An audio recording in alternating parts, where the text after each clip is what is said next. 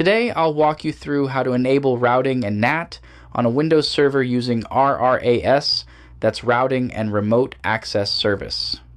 First things first, make sure your server has two network adapters, one connected to your internal network or LAN and one that faces the internet. Also, double check that RRAS is already installed on your server. If it's not, you can follow Microsoft's documentations to get that set up. Once you're ready, open up Server Manager, go to Tools, and select Routing and Remote Access. From there, right-click your server and choose Configure and Enable Routing and Remote Access. The wizard will guide you through the setup. When you get to the configuration step, you can choose Network Address Translation, or NAT, or go with Custom Configuration if you want to other options such as NAT and LAN with other features.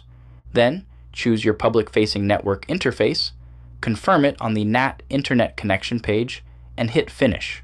After that, restart the service or the server, and you're good to go.